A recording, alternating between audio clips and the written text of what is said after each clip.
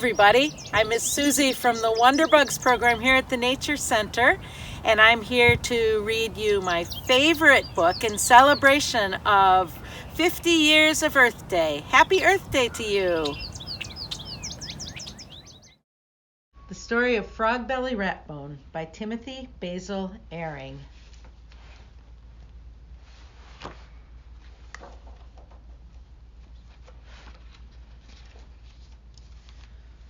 In a dull, gray, endless place called Cement Land, there lived a very special boy. This boy had a singular wish. He wished to find a treasure. Each day the boy searched through the heaping piles of junk that collected around Cement Land. He found greasy toaster ovens, broken TVs, and wet, smelly socks, but no treasure. "The only thing in these junk piles is junk," cried the boy. He was angry enough to give up when all of a sudden he spied something unexpected. It was a strange and wonderful box. Attached to the box was a wrinkled note which said, "Put my wondrous riches into the earth and enjoy." The boy pried open the lock with a twisty piece of wire and lifted the lid.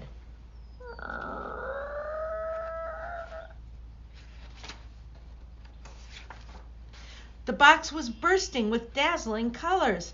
"I found a treasure!" shouted the boy. He took one of the beautiful packages and tore it open. But inside the package there were no bright colors at all, just hundreds of tiny gray specks. Where were all the wondrous riches? The boy wasn't sure, but he carefully prepared some earth. He sprinkled in a few specks and waited 2 or 3 minutes.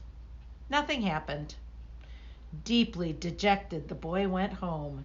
He did not realize that the unguarded treasures were now in terrible danger.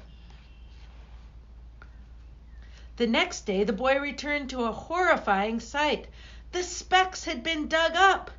"Thieves!" he screeched. In a flash, he had a plan. He ran straight to the nearest junk pile. There he gathered those wet, smelly socks. He found moldy pillow stuffing and scraggly wires. He patched, buttoned, sewed, and zipped, and soon a creature began to take shape. It had crooked, bony arms and a giant-sized belly. "You'll be finished in just a second," the boy told his creation. "All you need now is a crown." "Stand tall, Frog-Belly Ratbone," shouted the boy, waving his hands like a wizard. "I dub thee king of the treasures. Frog-Belly Ratbone, 1, 2, 3. You are the monster who will protect the specks." "Monster?" said Frog-Belly Ratbone. "But my dear boy, you've made me far too good-looking to be a monster. And by the way," he continued, "my socks are very moist, and my underwear is rather picky." "Sorry about your underwear," said the boy, "but I need a monster to scare the thieves away from the specks. I mean, the treasures." Frog-Belly wanted to see the treasures. The boy handed him a package and let him read the note. Frog-Belly sprang into the air. "My dear boy, you have found some wondrous riches. We must put them in the earth, just as the note says." "But I already did that," said the boy. "Nothing happened." "We'll do it again," said Frog-Belly. "Frog-Belly Ratbone, 1, 2, 3. You must be patient, and then you will see." And so Frog-Belly and the boy started digging holes. They also filled jars and cans and boxes with earth and sprinkled specks into each one. They sprinkled specks all around Cement Land. When the sun began to set, it was time for the boy to go home. "Watch out for thieves," he warned. He shook Frog-Belly's hand and scurried off. Frog-Belly stood all alone in the spooky shadows. The sky grew darker and darker. "Those thieves will surely be back tonight," he thought. Just then he heard footsteps. Someone was trying to move very carefully, stepping quietly on crinkled cans and squishy newspapers. Frogbelly waited, not making a sound. At that very moment, sneaking through the junk piles were 3 thieves, a rat, a rabbit, and a fruit fly. They were licking their chops and adjusting their masks when an eerie voice floated toward them through the darkness. Frog belly rat bone, 1, 2, 3. The specks in the earth are protected by me.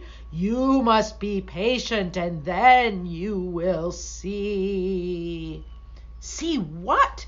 The thieves asked each other. They were shaking in their tracks. Just then they did see. A giant, scary monster with long, bony arms and wet, smelly socks. Ah! The thieves ran for their lives. The next morning, the boy was happy to discover that Frogbelly had saved the treasures. What do we do now? He asked. Now, said Frogbelly, we must give the treasures lots of water. So the boy filled a watering can and went to work. A few days later, the boy noticed something quite peculiar. The boxes were twittering. The jars and cans trembled. Look, Frogbelly, he said. Slowly and very shyly, the treasure was beginning to reveal itself. The wondrous riches are here at last, Frogbelly exclaimed. Frogbelly and the boy cheered. From inside a junk pile, the thieves were listening. They felt terrible about having tried to steal such wonderful treasures. The rabbit jumped out of the hiding place and landed right in Frogbelly's arms. We'll never steal again, the rabbit cried. And we'll return all the specks we took, said the fruit fly. Please let us help take care of the treasures, said the rat. So Frogbelly and the boy forgave the thieves, and now they were all part of the team. As they watered the treasures to help them grow bigger, they sang together, Frogbelly Ratbone, 1, 2, 3. We must be patient, and then we will see. Soon 1 flower appeared, then 3, then 100. Cement land is filled with colors now, shouted the boy. Just when it seemed that nothing better could happen, the fruit fly discovered a bright red strawberry. And here's a zucchini, cried the rat. Go ahead, rabbit, urged Frogbelly. Pick the biggest carrot top you can find and pull. Pull with all your might. That night, the 5 friends prepared a special feast, a feast fit for a king. 3 cheers for Frogbelly Ratbone, 1, 2, 3. Because, thanks to Frogbelly, they were patient and they did see. The end. 3 cheers for Frogbelly Ratbone, 1, 2, 3, because they were patient and they did see. They saw the seeds grow and cement land became beautiful. If you want to plant your own seeds, you can grab a container and some soil and a packet of flower seeds or vegetable seeds and plant your own little garden to make your world more beautiful. Happy Earth Day.